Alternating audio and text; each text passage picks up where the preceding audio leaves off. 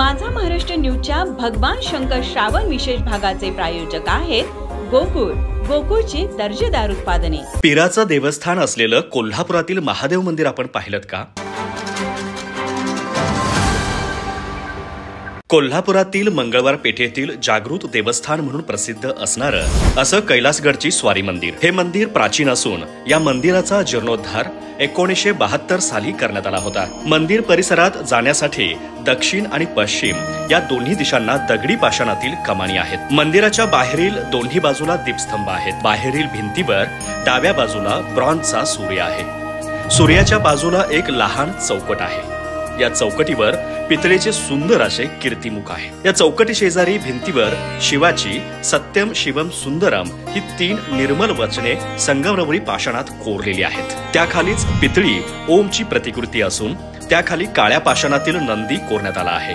मंदिराच्या मुख्य दरवाजाची चौकट दगडी पाषाणात बनवलेली आहे. मंदिराच्या उजव्या बाजूला चंद्र कलाकृती आहे. मंदिराच्या समोर पितळी धातूपासून बनवलेला नंदी आहे. मंदिराच्या वरील बाजूला धनुष्यबाणाचा आकार कोरलेला आहे. धनुष्यबाणाच्या मध्यभागी महादेवांचे त्रिशूल आणि भगवा झेंडा दिमाखात फडकत असल्याचं पाहायला मिळतं. शिवालय कैलासगडची स्वारी असं नाव दगडी पाषाणामध्ये कोरलेलं आहे. मंदिराचा मुख्य प्रवेश दरवाजा हा पितळी धातूपासून बनवलेला आहे.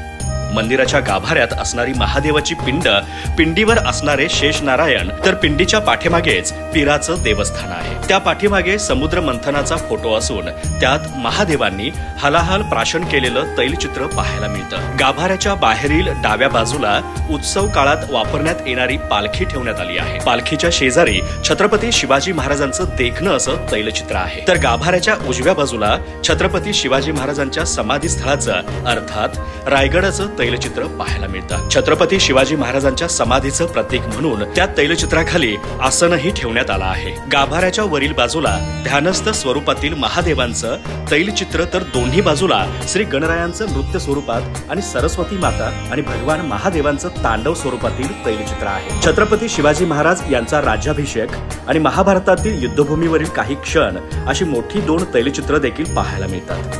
ज्या लोकांनी मंदिराच्या जीर्णोद्धारासाठी अथक परिश्रम घेतले त्यांची देखील तैलचित्रे मंदिरात पाहायला मिळतात. मंदिरात असणारी सगळी तैलचित्रे ही चित्रकार जी कांबळे यांनी रेखाटलेली आहेत. गाभाऱ्याच्या समोर असणाऱ्या पितळी उंबऱ्यावर मनोभावे माथा टेकला की त्या भक्ताच्या सर्व इच्छा पूर्ण होतात अशी येथे येणाऱ्या भाविकांची धारणा आहे. असं म्हणतात की महाराष्ट्रातील असं एकमेव मंदिर असेल ज्या मंदिरात महादेव आणि पीर यांचं एकत्रित स्थान आहे. पीराचं देवस्थान या मंदिरात असल्यामुळे येथे मोहरम हा उत्सव साजरा केला जातो.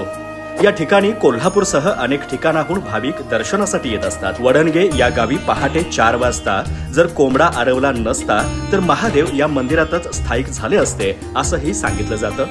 या मंदिरात होळी पौर्णिमे दिवशी महारुद्राभिषेक करण्यात येतो, कारण होळी पौर्णिमे दिवशी मंदिराचा वर्धापन दिन असतो.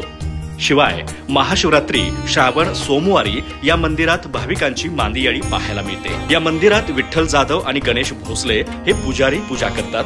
तर या मंदिराच्या सुरक्षेची जबाबदारी लक्ष्मण जाधव यांच्याकडे असते.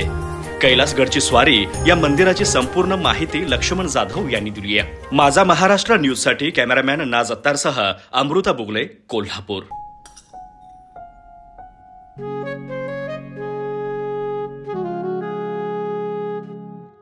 बाबा, आज येताना बासुंदी घेऊन या ना.